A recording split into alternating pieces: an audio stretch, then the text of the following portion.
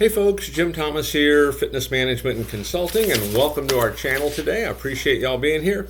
And if you're new to the channel, if you're finding us for that very first time, welcome. It's great to have you.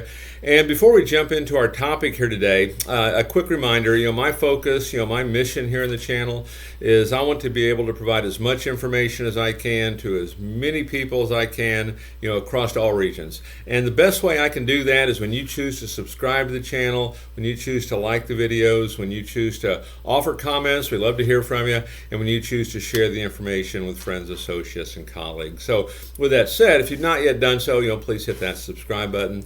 And then for additional ways you can learn more about me, learn more about my company, additional ways you can choose to support the channel, check out those links below.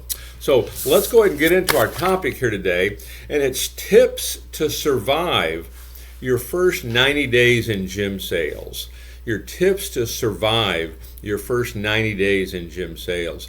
And, I recall back when I first was hired in gym sales, and I was recruited reluctantly. They kind of kept upping the base pay to the point that I finally said, well, okay, you want me that bad, I'll do it for 30 days. You'll probably fire me in 30 days, and I'll be gone, and it'll be a short-term thing. And so I kind of had a 30-day plan, probably not to make it, but fortunately I did. And one of the things that I did, and some of you folks that have been through some of the trainings that I've done, you've kind of heard me talk about this, is the company I was with, we had that company had 4 locations, and they would put out sales standings every week, and I was dead last and really struggling bad at this. And I'd made the comment one time to a group of the sales guys at the club I was at that I was tired of being last, and how do I figure this out? And the guy kind of tossed a 3-ring binder across the table, probably this thick. And he goes, Jim, here, memorize this and you'll be fine. And I said, well, that's it? That's all I have to do? And he goes, yep, you memorize that, you'll be in good shape. And so I did. Literally, I memorized that book. And within just short order, less than 30 days, I was the #1 salesperson out of 4 clubs. 6 months later, I was a manager. A few months later, I was troubleshooting all the clubs. And then not long thereafter, I was offered a partnership in the company. So it really took a move up by doing that. So I want to talk about tips to survive your first 90 days, because I'm of the opinion that we lose a lot of good people. The industry loses a lot of good people, that first 90 days or even sooner than that, because we don't have them in the right position to succeed. And a lot of these folks, they lose a great opportunity, because, if there's one thing the industry needs, it's good people. So let's talk about tips to survive your first 90 days in gym sales. Number 1, be ready. Be ready. And let me tell you what I mean by that. This is so much mindset. Okay, at every level, everything we do, mindset is the core. Be ready. And mindset, have a solutions approach to things. Don't just overly identify what's wrong. Define what are the solutions. How am I going to solve problems for folks? How am I going to help people?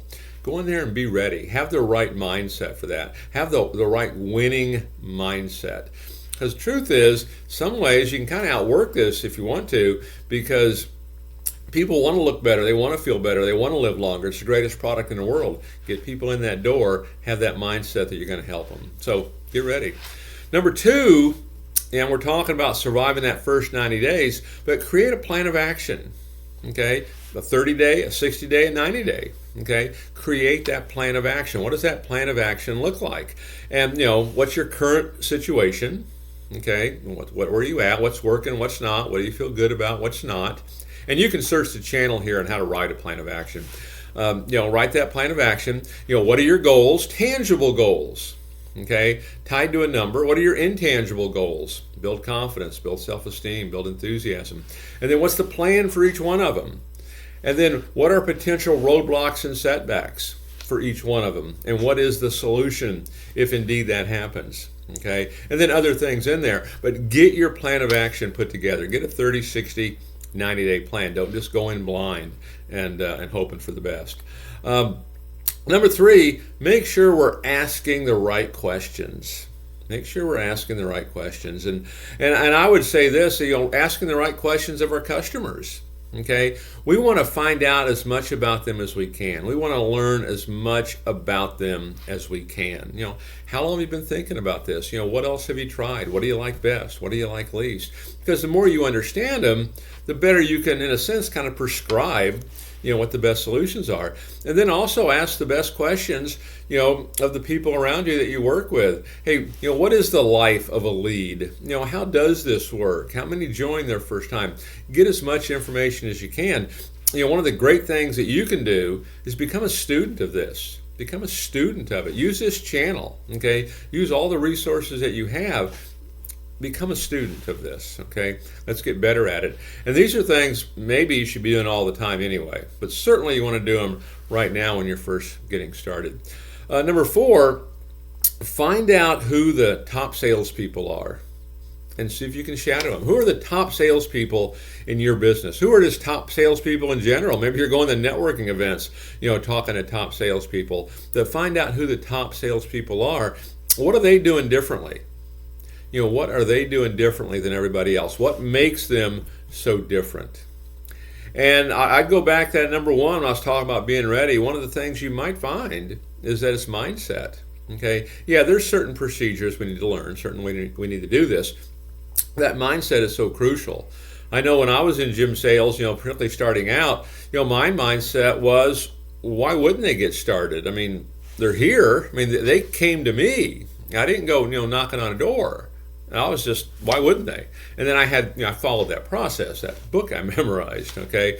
Whereas other people, they'd get a hiccup and, they're not really a prospect, they're more suspect, okay?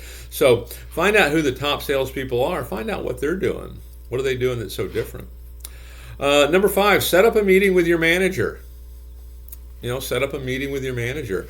I remember when, again, back when I first started and was struggling, and the manager asked me to give him a presentation. He goes, Jim, show me what you're doing. And I just grabbed a little Post-it note and wrote some stuff on it. He goes, that's what you're doing? He goes, who showed you how to do that? So-and-so. He goes, that's not how we do it. Probably should have had that meeting, okay? And, when we do these things, what we don't want to do is, point fingers, well, it's your fault, your fault, your fault. Hey, take responsibility. Be accountable. Because if you don't choose to be accountable, you're kind of putting your success in other people's hands. Number 6, take notes, and take more notes, okay? Do it with your customers, learn about them. Do it in training. Take as many notes as you can. You want to become a student. Become a student of your customer. Become a student of what you're doing, inside this business. And then finally, number 7 on my list is practice. Again, back in the day when I memorized that 3-ring binder, literally I'd go home, I'd stand in front of a mirror, I'd have all the information in front of me, I'd hit the record button, and I'd practice it every day. And my whole focus it wasn't so much I'm going to make more sales, even though that's what indeed happened. My focus was nobody is going to stump me. Nobody is going to be able to stump me because I'm going to know all this, okay? And indeed I did, and it resulted in making more sales. But practice. Never stop practicing. I mean, look at it as a rule of 10,000, right? If you want to become great at something, do it 10,000 times. So, tips to survive your first 90 days in gym sales. If this is you as an individual, take heart here. If it's your job to train these folks, absolutely. We want to ramp them up, because if it's your job to train them, that management responsibility is we want you to create an atmosphere that allows a motivated person to act. So folks, again, my name's Jim Thomas. My company is Fitness Management and Consulting. Appreciate you being here at the channel today. And again, as a quick reminder, my focus, my mission here in the channel is I want to be able to provide as much information as I can to as many people as I can across all regions.